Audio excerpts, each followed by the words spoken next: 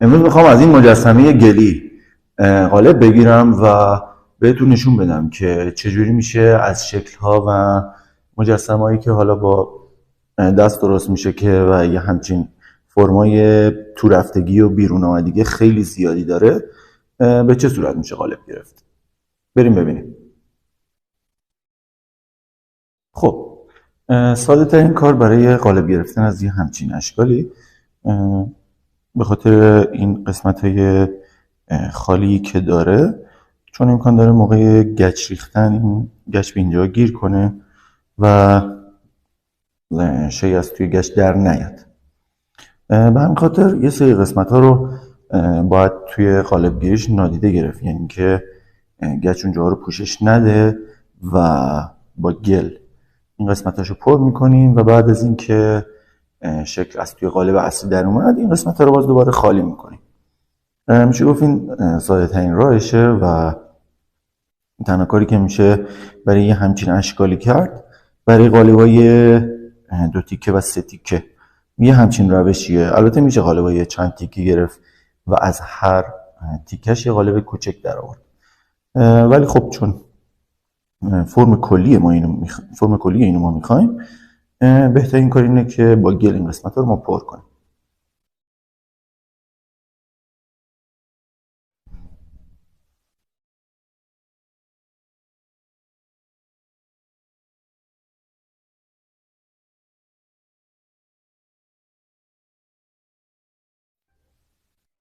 خب، من یه سری قسمت اینو که احساس کردم گچ میره توش و گیر میکنه رو با گل پوشوندم و میخوام یه قالب سه تیکه از این بگیرم، یه قسمت از پایینش، یه قسمت از جلو و یه قسمت از پشت، یعنی یه قالب سه تیکه داشته باشیم. از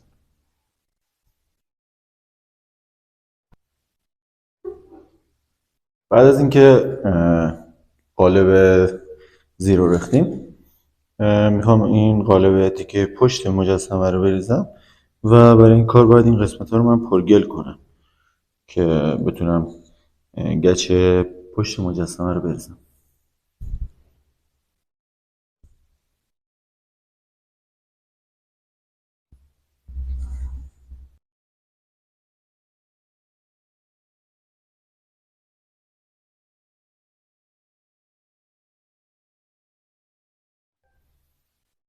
این قسمت جلوی کار رو من کاملا گل گرفتم برای که بتونم پشت کار دو قاب گچ بریزم و یه تیکه قالب از پشت کار داشته باشیم و تیکه دومه تقریبا میشه گفت قالبه.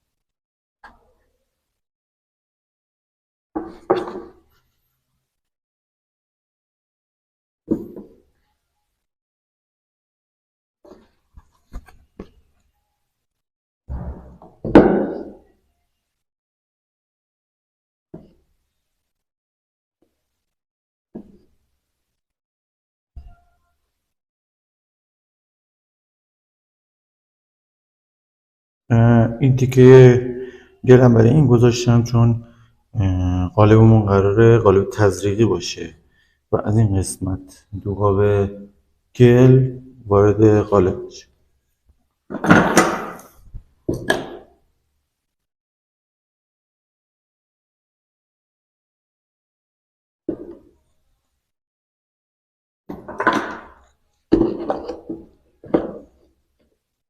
باز این کنده شد.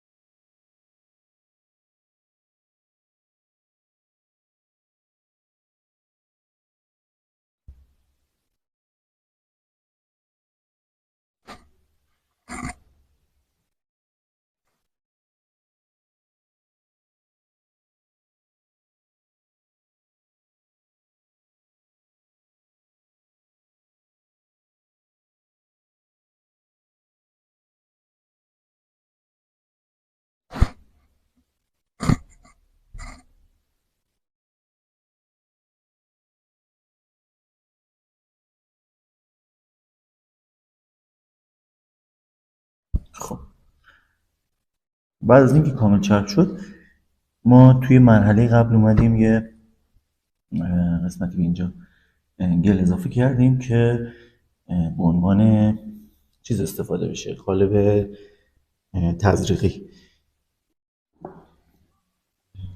قالب رو کاملا من بستم، گچم آماده کردم برای ریختن مرحله آخر قالب.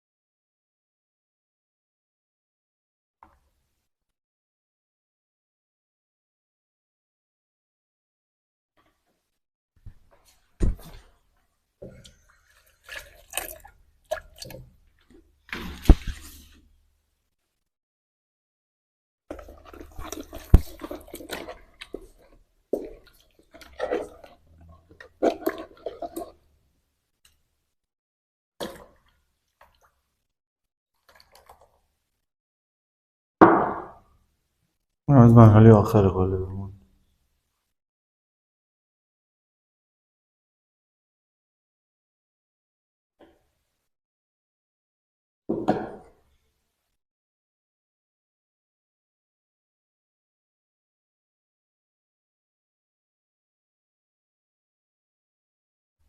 به مرحله آخر رسیدیم برای باز کردن قالب.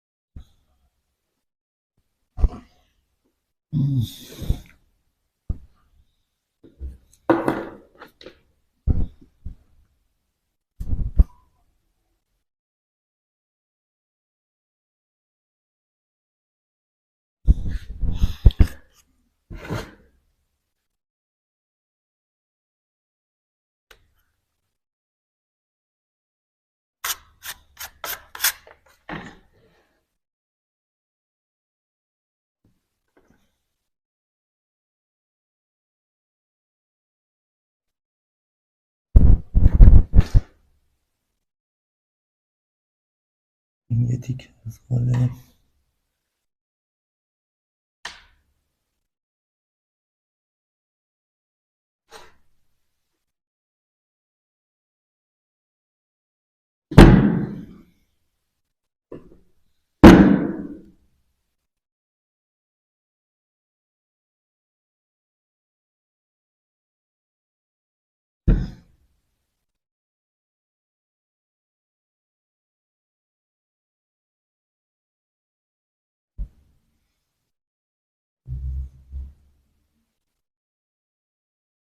خب